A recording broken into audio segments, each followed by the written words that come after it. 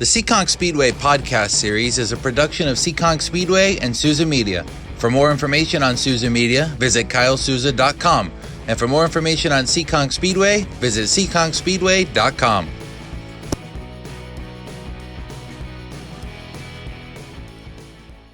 Okay, ladies and gentlemen, welcome back to the Seekonk Speedway podcast series. I know it's been at least a month or so here since we've been able to catch up with you on the podcast platform. We've got a lot going on at the track as we start to get ready for the 2022 season. Kind of crazy to think 2021 is already in the rearview mirror, but we're excited to share the schedule with you once we have it concluded. We're working on that feverishly to try to get that together. Some big events returning and a lot of other things I can't speak about right now, but we'll get to it here as the winter months come along. Probably here in the next month or two, we'll have a good idea of what's to come at the Action Track of the East in 2022. Before we talk about 2022, I do want to take a chance in the next couple of podcast episodes. We're going to go back to 2021, and we're going to run a couple of season recap podcast editions. This one will be for the Fast Friday series. We're not going to talk about every single moment in every single division from 2021, but we're going to hit on a few different things that we think are important.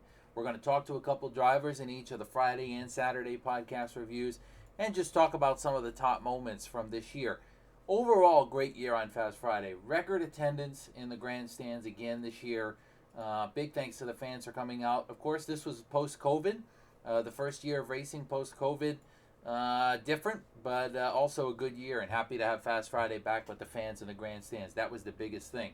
Our car counts were great. A ton of first-time winners, which is what we're accustomed to on Fast Friday, and some really deserving champions across all of our divisions.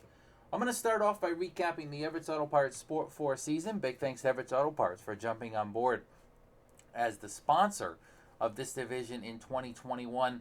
This division, Mikey Lefort comes away with his third championship, third in a row in the Everett's Auto Parts Sport 4 division. And that's a big story. In an entry-level style division that usually we see a lot of different winners, Mikey's been able to do this consistently over the years and become a three-time champion. But this season was not easy for him.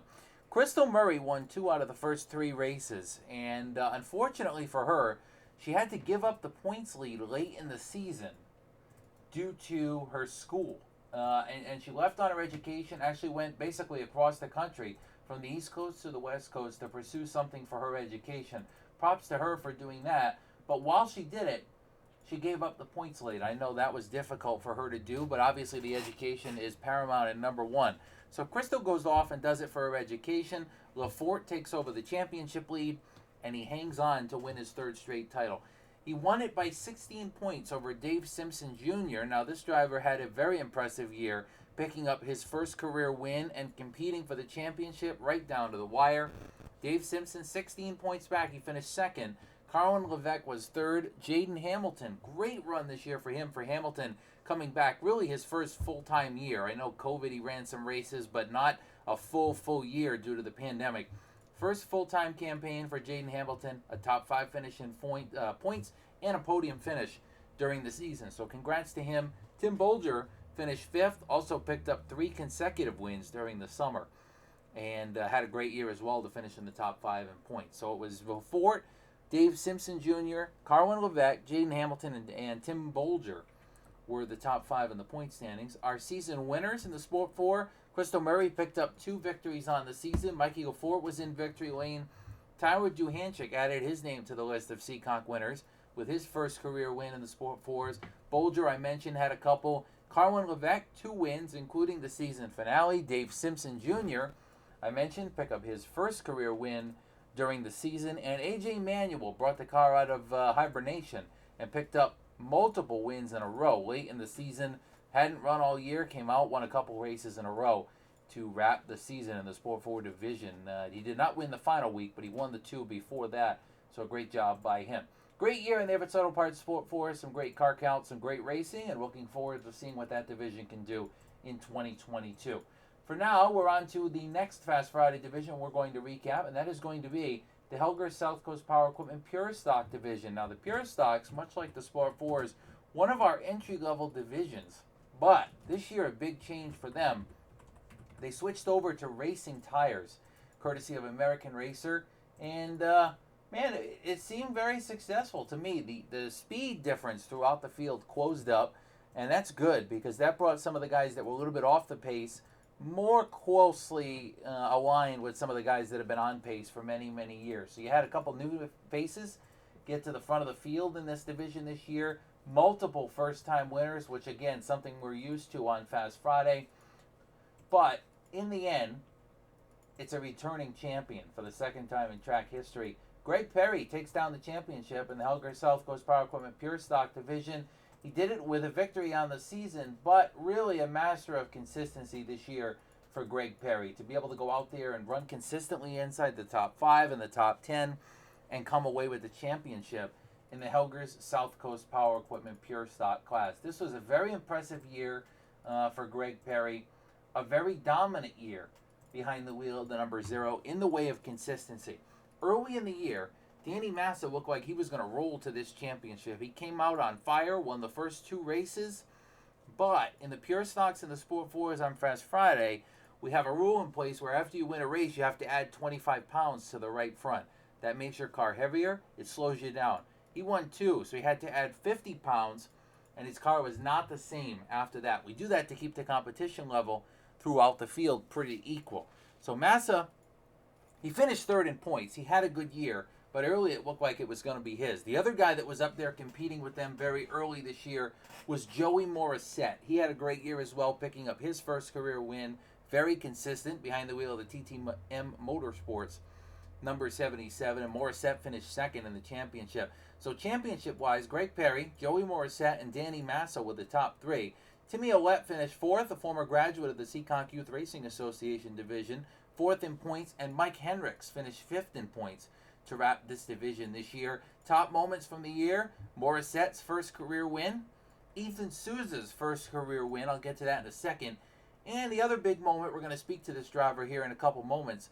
Jim Riley picked up his first career Pure Stock win. He's got a really cool story about why he ended up in the Pure Stock division and what his history before that looks like. We're going to talk to him here in a little bit, but those were a couple of the big moments for me that stick out. Season winners overall: Danny Massa, Joey Morissette, Timmy Ouellette, Mike Hendricks, Greg Perry. Curtis Rolando returned this year after running up at the Oxford Plains Speedway. He is a graduate of our Youth Racing Association divisions, and he picked up his first career Pure Stock win. Billy Schwannard went back to victory lane, a former champion, in the number 8. Ethan Souza, I mentioned that, his big win this year. He's related to Freddie Estelle Jr., 6-time Pro Stock champion at Seekonk. Freddie was part of that operation this year, getting him up on the ground running. And, man, what a moment when he picked up his first career win, one we will never forget. Jim Riley, also a winner, with an incredible burnout on that night. May have been one of the best burnouts we've ever seen on Fast Friday. And Jeremy Lambert also picked up a win in the Helger South Coast Power Equipment Pure Stocks this year. Great year for the Pure Stocks overall. We're happy to have Greg Perry as the champion. In the Sport 4s, it was Mikey Lafort. Want to send a big thanks to Rich Helger and his team at Helger South Coast Power Equipment for their sponsorship of the Pure Stock division again in 2021. On top of everything else they help us out with, of course, they also sponsor the Saturday Sportsman and some special events throughout the year. Well, we're going to take a quick break. When we come back, we will chat with Jim Riley, the first-time winner in the Pure Stocks this year, talk about that burnout and how he ended up in Pure Stock victory lane. Stay with us around the break.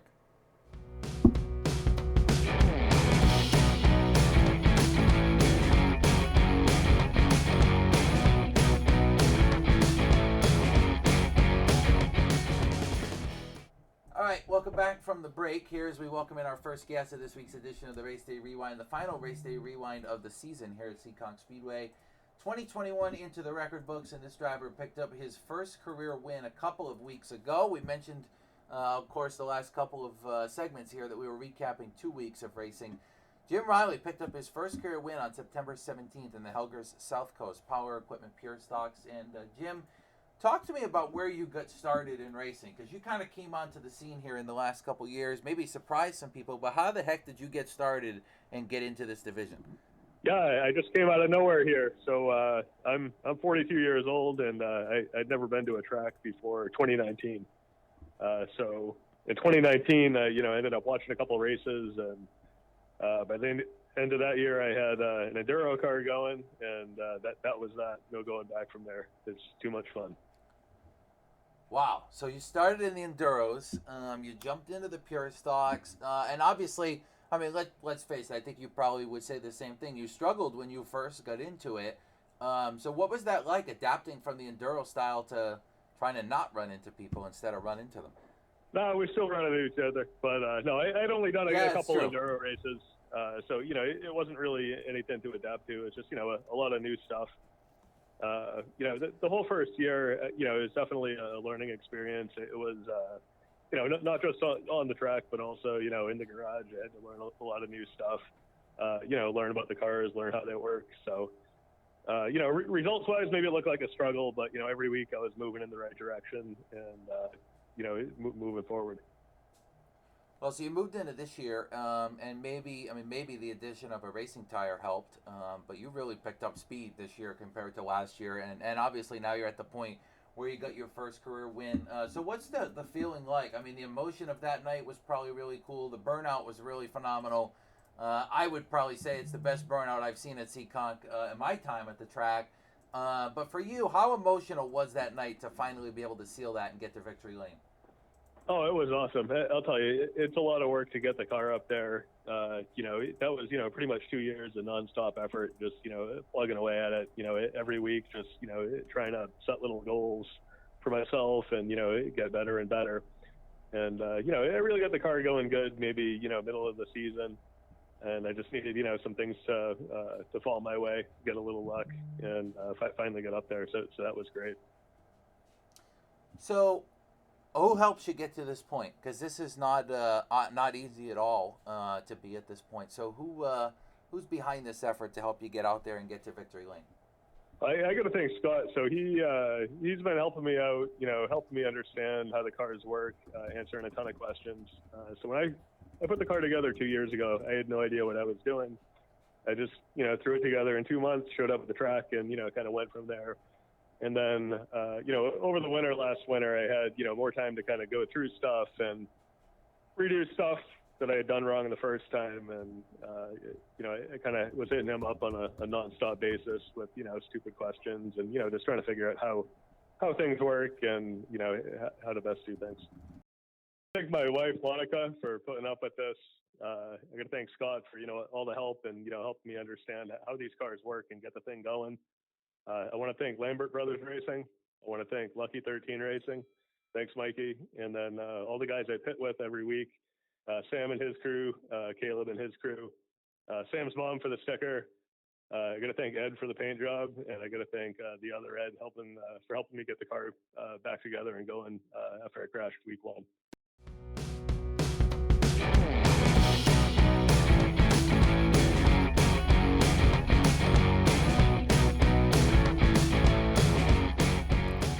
All right, welcome back for the break. That music is back. Maybe we'll try a new theme song for 2022. Keep you updated on that. But the podcast series rolls on here. Welcome back to the Fast Friday Champions Edition. Really more of a season review as we talk about the divisions on Fast Friday and everything that went down with some of the top moments from 2021. I want to move on to the Seekonk Grand Prix Bandolero Bandits and Outlaws. That's part of our Seekonk Youth Racing Association. And then we'll end with the INEX Legend Cars and the Nick's Pit Stop Legends division.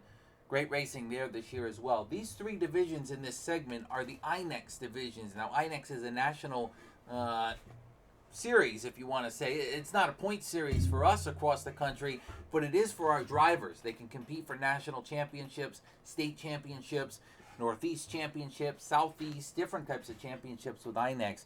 But they kind of sanction these divisions for us, but they are the Seekonk divisions. Let's start with the Bandits. This is a group of young drivers between the ages of 8 and 11, and really newcomers. A lot of guys here that have never even really been on the track jumping into this division. A mix of that and some that have been on the track in other divisions. Not with us, because this is our lowest age division, but maybe they've been on the track in go-karts, quarter midgets, things like that. But this youth division had another great year in the Bandits, sponsored by Seekonk Grand Prix along with the Outlaws. Thank you to Wayne Darling and his team at the Grand Prix for sponsoring the youth racers at Seekonk and helping to keep our youth racing divisions alive. These youth racing divisions often produce pro stock winners late model champions, and more. In the Bandits this year, Darren Krantz Jr. captured his first Seekonk championship. He did it on the heels of 4 victories and plenty of top 5 finishes. Darren was really strong right at the beginning of the year. He came out of the box strong, picking up multiple wins in a row to start the season. And then, in the middle of the year, he ran in the top 5, but he was not the fastest car for much of the center section of the season. Who was the fastest car was Sam Macedo. I'll get to that in a second. But overall, as the 2021 season went along, Darren Krantz was the story. 4 wins, plenty of top 5s, and the championship. Second in points was Melania Shawoski. Third was Ryan Vaness Jr., a great run in points for him this year. Sam Macedo, I mentioned, finished 4th, and Colin Vaness had a top 5. So 2 Vaness family members. Of course, the son of Ryan Vaness is Ryan Vaness Jr. The cousin of Ryan Vaness Jr. is Colin Vaness, and both of them in the top 5 in the championship after a great year. So great run to them this year. Top moments in this division, one sticks out to me. Sam Macedo, they call him the Green Hornet. Maybe the Mosquito Man is what I called him for a while during the year. His car is painted bright green, and his hair, it matches the car. His hair is bright green, just like his car. Very, very impressive, first of all, to match the two. Also very impressive to do what he did on the track and win 7 races this season consecutively. He won them 7 weeks in a row. Very impressive, something we are not used to seeing in any division, never mind a youth division like this. He was on this year, had some trouble late in the year, and was not able to compete for the championship, but a great run this year for the Green Hornet, 7 wins in a row.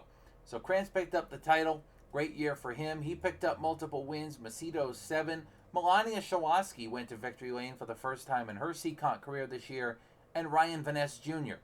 also picked up a victory late in the season. So there you have the Bandolero Bandit division, again the younger of the divisions. Now, in the Helger South Coast Power Equipment Pure Stocks, we mentioned guys like Ethan Souza, Billy Schwannard, Jim Riley. Some have been around a long time. Some are first-time winners that are new to the division. In the Bando Outlaws, we have a mix. These guys more from 12 to, say, 16. And these guys and girls, some of them have been around. They started in the Bandits and moved up to the Outlaws. Others of them, because of their age bracket, are just thrown right into the Outlaws. It creates a heck of a race, really, as the 2021 season goes along. Every year, really, creates a heck of a race as the season goes. So, let's take a look at some of the top moments from the Bandolero Outlaws this year. Your champion was Richie Helger Jr. in the Helger South Coast Power Equipment number 99. Now, Richie Helger Jr. had a very impressive year. Last year, he was just about to win the title in the Bandits, did not win it, some late misfortune at the end of the year. However, this year, moving up to the Outlaws, he almost had the same misfortune. It was a really tough break, it looked like, with a couple weeks left to go in the year. Helger had led the points multiple weeks in a row in that number 99. And then, all of a sudden, when we get down to the end of the season, Helger has trouble 2 out of 3 weeks towards the end. Mechanical failure, a wreck, and he's out of the points lead, and Nick Chaber Jr. is the one in control. It was a big storyline to follow this year with this youth division. And then, the week after, Nick Chaber has this issue, and Helger picks up a win, and he's right back in control. It was kind of a clutch moment for him to go out there and take down the win, one we will never forget. But it's Richie Helger Jr. picking up the championship in the Seekonk Grand Prix Bandolero Outlaws. A very successful year for this division. Some other winners this year, Steve Bowden, in his final year of Bandolero racing, as I mentioned the age limits, he's backing out of the Bandoleros because he's going to be too old to race in them. He had a very, very impressive year as well. Multiple wins, his first career and another. So 2 wins. Congratulations to him. The first career win is big. And he's moving on from the Bandoleros. As I said, he's aged out, but a great year. Joey LeMay picked up victories this year. Nick Chaber Jr., I mentioned, was in victory lane. And another first-time winner, Brent Robideau, picked up 2 wins, including on the final night. First-time winner.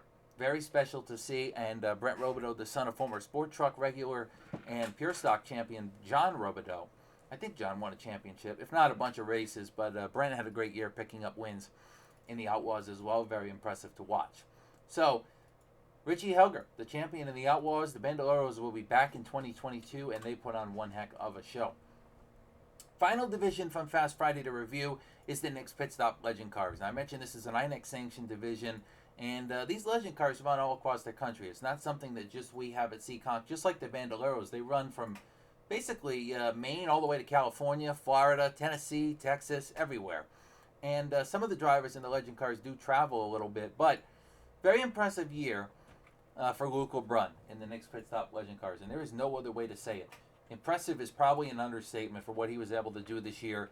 12 feature wins in points competition races for Luke LeBrun this year. When it comes to non-points races, he was 1 for 1. So his grand total this year was 13 victories behind the wheel of the number 88 for Nicholas Scola Racing. Now, the funny story here is Luke is a former champion of the Seekonk Youth Racing Association, not in the Bandoleros, but back in the Mini Cup days. He went away for a couple years, did some touring, moved up to the Legend Cars, came back this year and partnered with Nicholas Scola, and they were unbeatable, literally, in the Nick's Pit Stop Legend Cars. A very impressive year, 12 points wins for this driver behind the wheel of the number 88. So it's Luke LeBrun teaming with Lascola and driving away from the field. He won 9 out of the last 10 races en route to the championship. He beat Mason Tessier, Reese Bogue, Devin DeShays, and Josh Parsons to take down the big win in the championship this year. Mason Tessier picked up his first career Nick's Pit Stop Legends Cars win. Josh Parsons also won a race, and then LeBrun. Only those three, LeBrun, Tessier, and Parsons, were winners this year. Nobody else was in victory lane.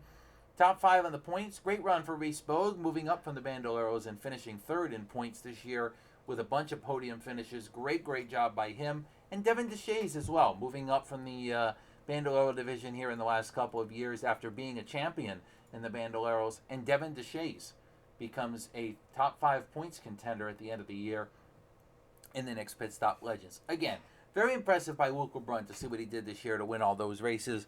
Does not happen often. He picked up the most wins in one season since Nicholas Scola in the Legend Cars many years ago.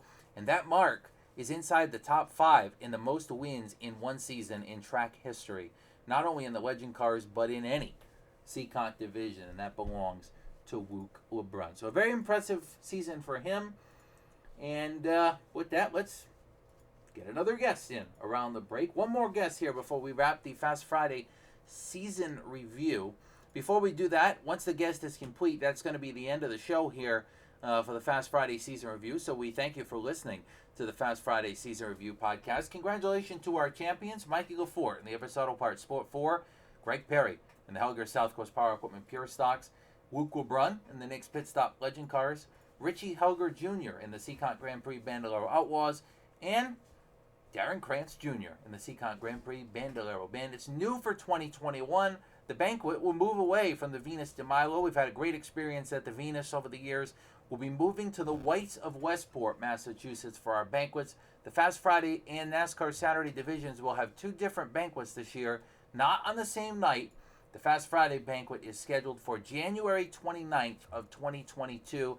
So coming up here not before long, January 29, 2022 is the 2021 Fast Friday Champion Banquet. We'll introduce our champions, special award winners, and the top 10 in all Fast Friday divisions will be honored. That is at the Whites of Westport, January 29th, 2022. You can visit SeekonkSpeedway.com now to purchase your tickets to come join us for the Fast Friday Awards Banquet. Let's chat with our guest, and that'll be it for this edition of the Race Day Rewind Podcast Season Review. My name is Kyle Souza from Souza Media. Thanks for joining us, and stick with us here for one more segment around the break.